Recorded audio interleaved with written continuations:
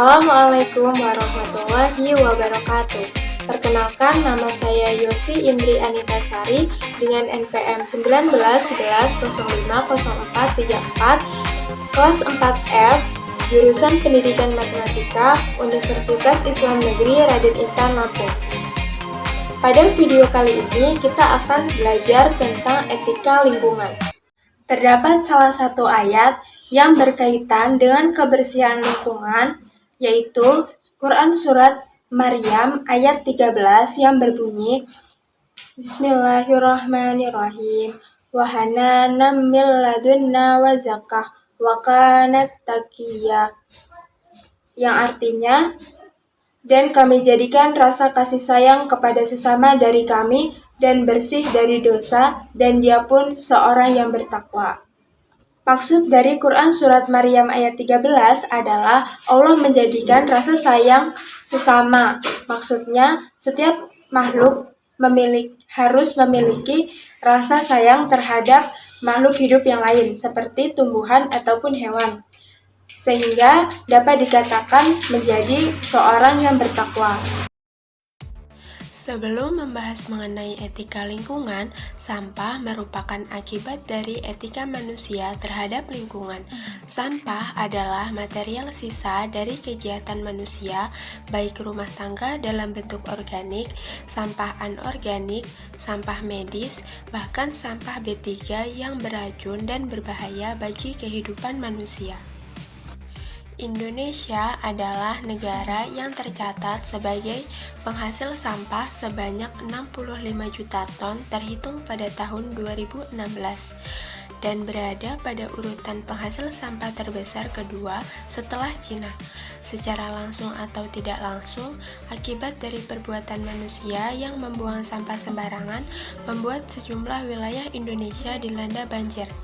Badan Nasional Penanggulangan Bencana mencatat sebanyak 1.805 kejadian banjir pada tahun 2016 sampai 2017. Sampah itulah yang mengakibatkan aliran sungai terhambat dan mengakibatkan sungai meluap pada saat musim penghujan. Selain sampah, polusi udara, air, dan tanah juga dapat menyebabkan kerusakan lingkungan. Secara etimologi, etika lingkungan berasal dari dua kata, etika dan lingkungan. Etika berasal dari bahasa Yunani, ethos, yang berarti adat istiadat atau kebiasaan. Etika lingkungan adalah prinsip moral lingkungan yang merupakan petunjuk atau arah perilaku praktis manusia dalam mengusahakan terwujudnya moral lingkungan. Dengan adanya etika lingkungan, manusia tidak hanya mengimbangi hak dan kewajiban terhadap lingkungan, tetapi juga membatasi tingkah laku dan upaya untuk mengendalikan berbagai kegiatan agar tetap berada dalam batas kepentingan lingkungan. Berdasarkan pendekatannya, teori etika lingkungan dibagi menjadi tiga, teori instrumen, teori aksiologi, dan teori antropologi. Teori instrumental memandang bahwa alam sebagai zat yang memiliki nilai instrumental bagi umat manusia. Pendekatan instrumental terhadap perlindungan alam sangat tergantung kepada kontinuitas umat manusia.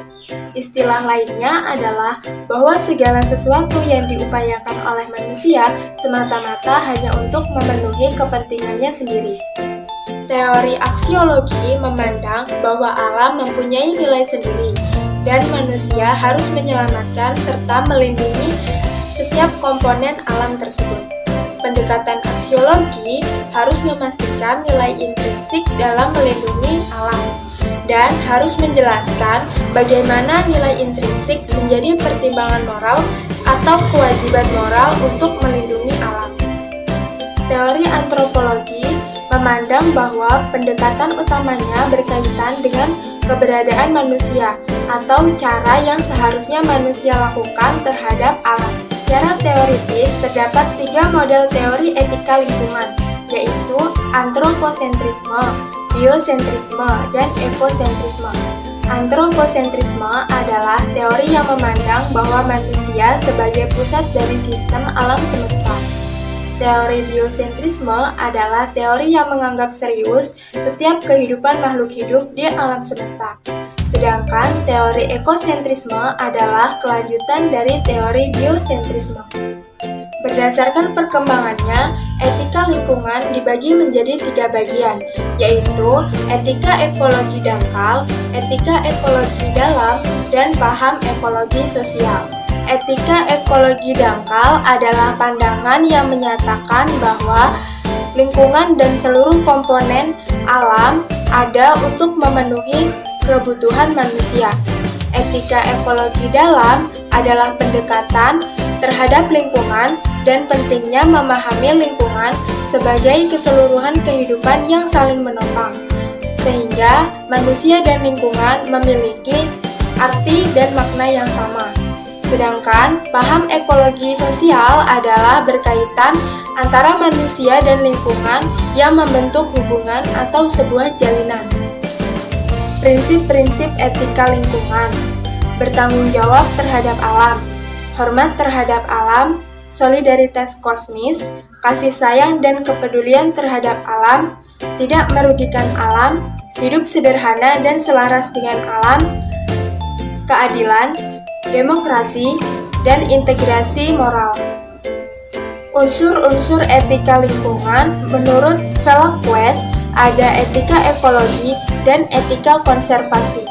Etika ekologi, manusia harus menyadari adanya nilai intrinsik dalam tiap unsur non-manusia. Bagian-bagian lingkungan yang bukan manusia perlu dijaga. Tidak masalah apakah hal tersebut menguntungkan manusia atau tidak menguntungkan. Etika konservasi meliputi sumber daya alam yang dapat habis, sehingga kita harus melakukan penghematan untuk generasi yang akan datang.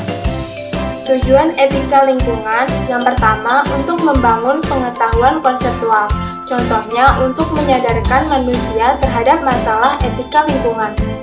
Tujuan yang kedua, membangun pengetahuan prosedural untuk mengembangkan keterampilan dan kapasitas, contohnya mengidentifikasi cara untuk mengelola tindakan kita secara etis terhadap lingkungan. Yang ketiga, mendorong pengembangan pribadi. Contohnya, memahami mekanisme untuk mewujudkan lingkungan dan mengubah perilaku masa depan terhadap lingkungan. Penerapan etika lingkungan di lingkungan keluarga, contohnya membiasakan diri untuk membuang sampah pada tempatnya dan membersihkan lingkungan rumah.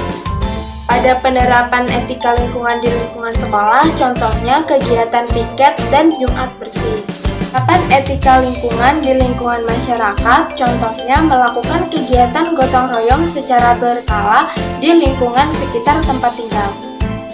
Sebuah harapan besar berawal dari pelajaran sederhana dan aksi nyata. Kalau bukan kita, siapa lagi? Mari kita mulai dari diri kita sendiri, membiasakan diri membuang sampah pada tempatnya. Setidaknya dapat membantu mengurangi pencemaran lingkungan dan menerapkan etika lingkungan secara tepat. Demikian penjelasan tentang etika lingkungan yang dapat saya sampaikan. Semoga bermanfaat. Jika ada kesalahan, saya mohon maaf. Saya akhiri. Wassalamualaikum warahmatullahi wabarakatuh.